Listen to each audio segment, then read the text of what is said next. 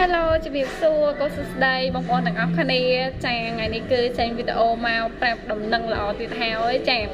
សម្រាប់ OPPO Reno5 របស់យើងគឺមានការបញ្ចុះតម្លៃហើយចា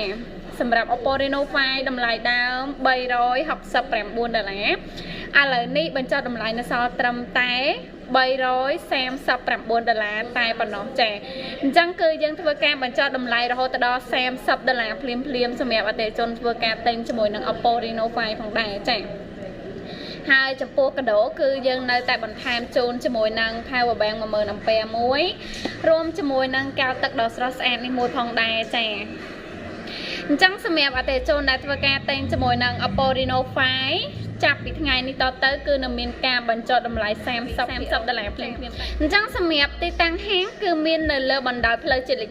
5ទីតាំងជាប់ជាមួយនឹងហាងនំប៉័ងភ្នំពេញខេត្តបាត់ដំបងចា៎ហើយសម្រាប់បងប្អូនដែលរកទីតាំងអត់ឃើញអាចធ្វើការ inbox មកខ្ញុំក៏បានឬក៏ធ្វើការ call តាក់ទងតាមលេខទូរស័ព្ទដែលខ្ញុំនឹងដាក់នៅខាងក្រោម description ខាងក្រោមនេះក៏បានដែរអូខេអរគុណច្រើន